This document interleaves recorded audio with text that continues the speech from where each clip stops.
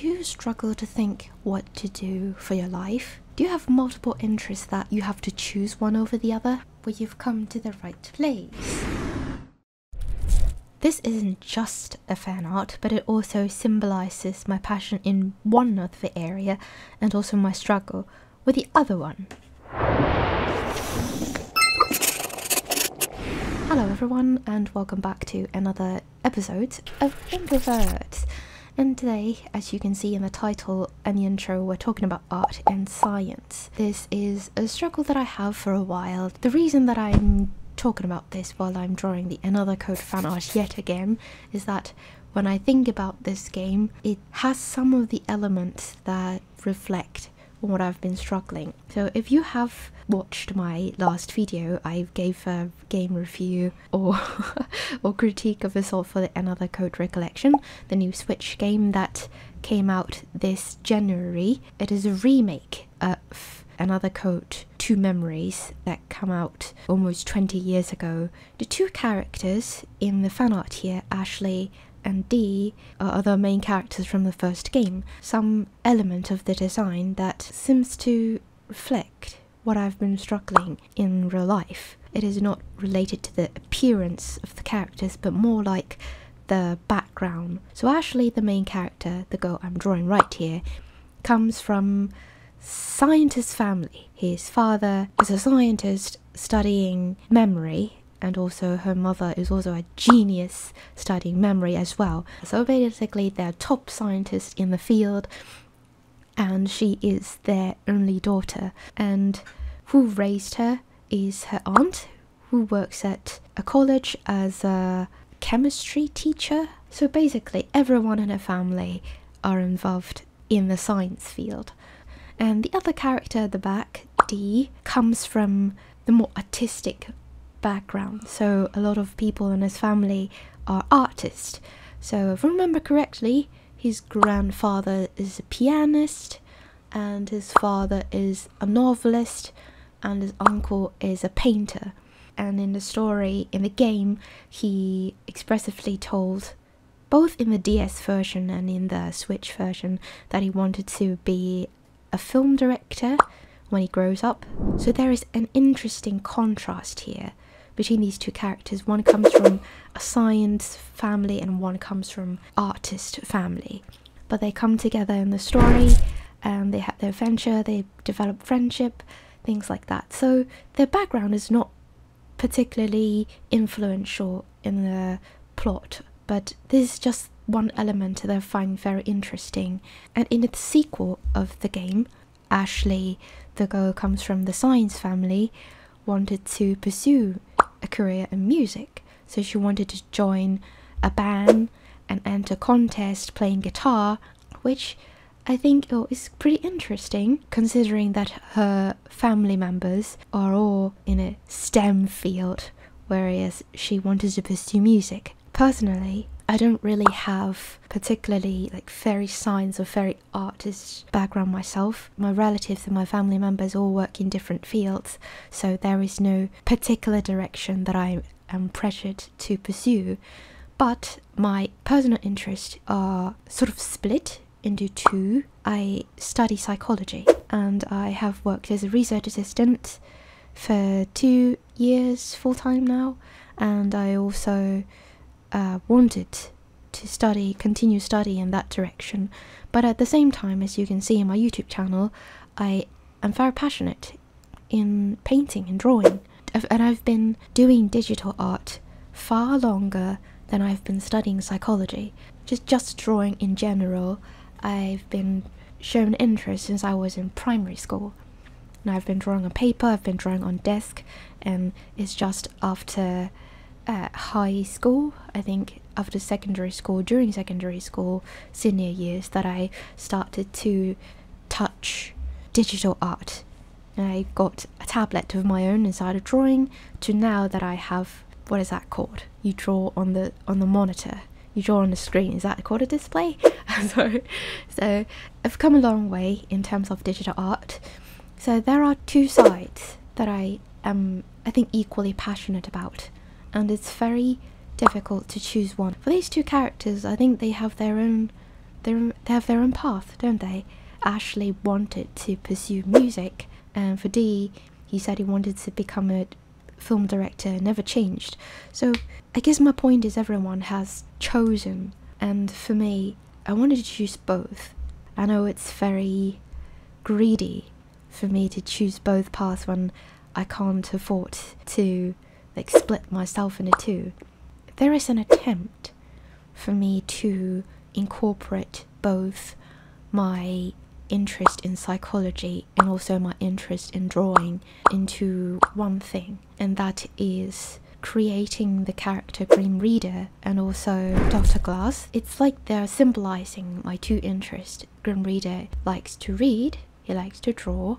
It's the artistic, like the melancholic thinking about creative things side of me, and Dr. Glass is focused on studying psychology and is a researcher. By creating these two characters, it's like splitting my soul into two, and I can delegate my interest into these two characters. I know it's quite silly because ultimately I can't. When I'm drawing these two characters, I'm just drawing. So I have to find another way, which is on my website or in my YouTube video.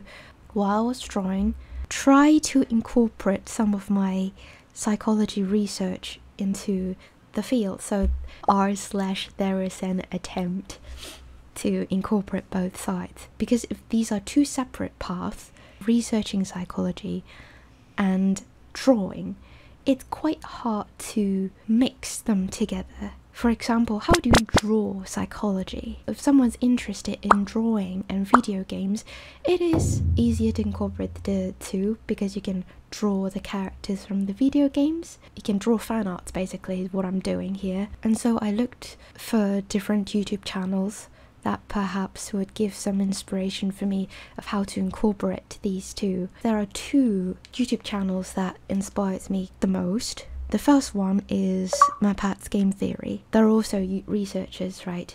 They would spend a lot of time scavenging for clues in a video game, summarize the lore, think of theories, and then look for evidence in a video game to support, and basically make an analysis video that incorporates research and video game. So researching video game can be a combination of these two skills. When I think about like the same way I can mix art and psychology would be something like art therapy, talking about how in a psychology perspective how drawing can affect your psyche, your mental health, things like that.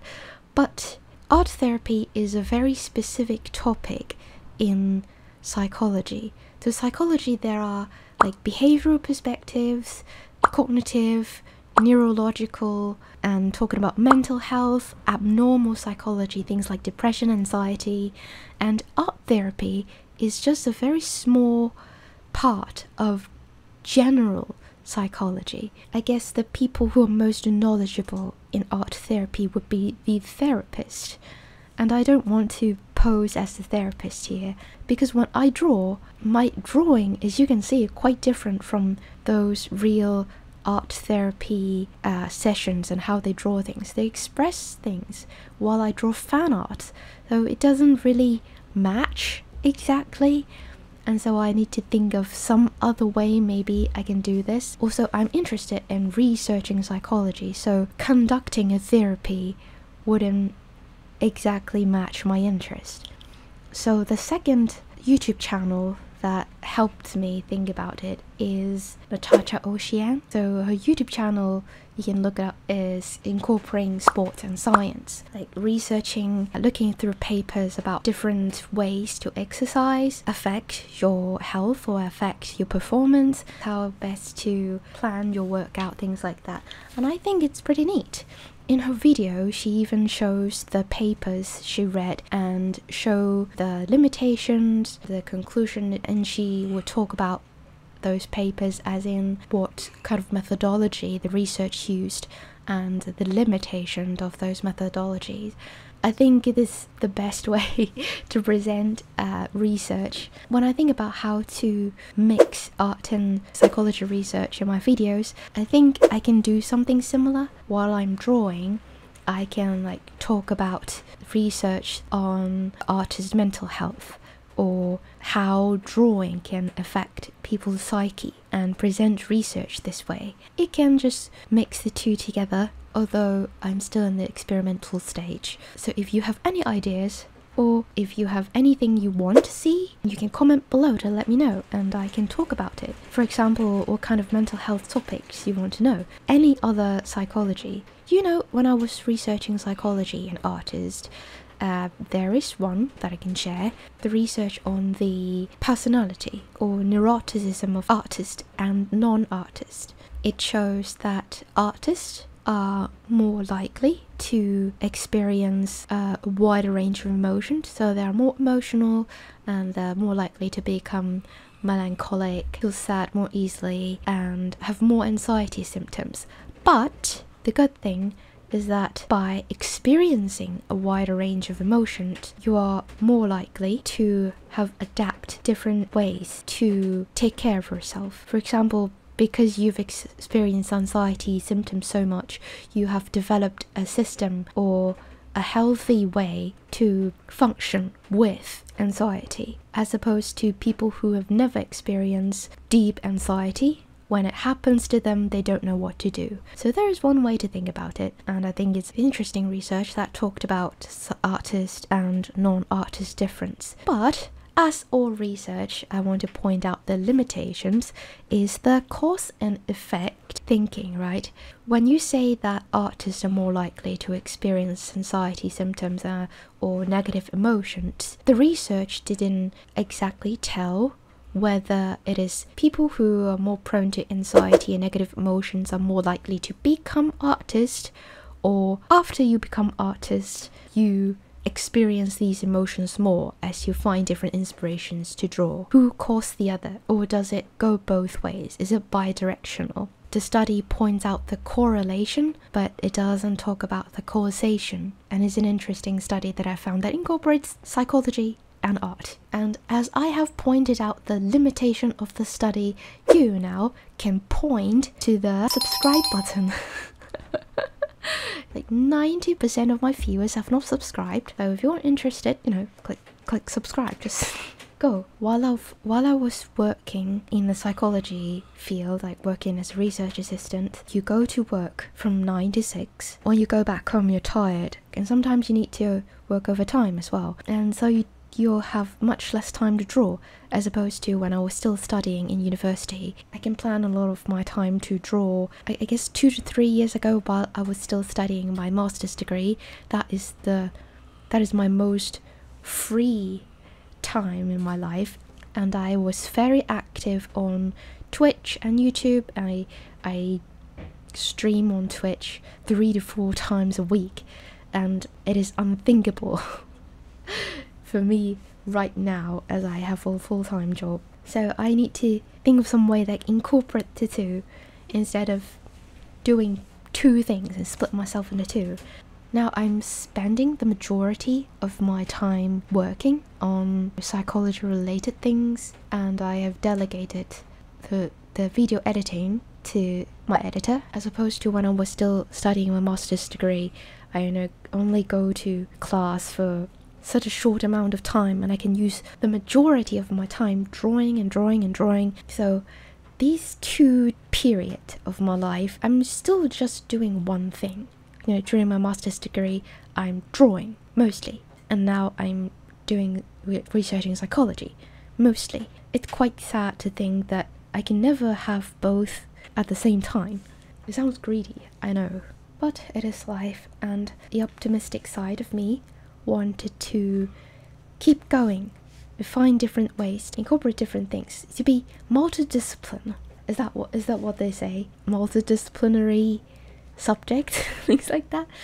And by seeing these YouTube channels that I mentioned that can carve out a niche that incorporates multiple skills in the same place. I think that if I look hard enough and not give up, I can eventually find the way. You know, do you know the way? I don't yet.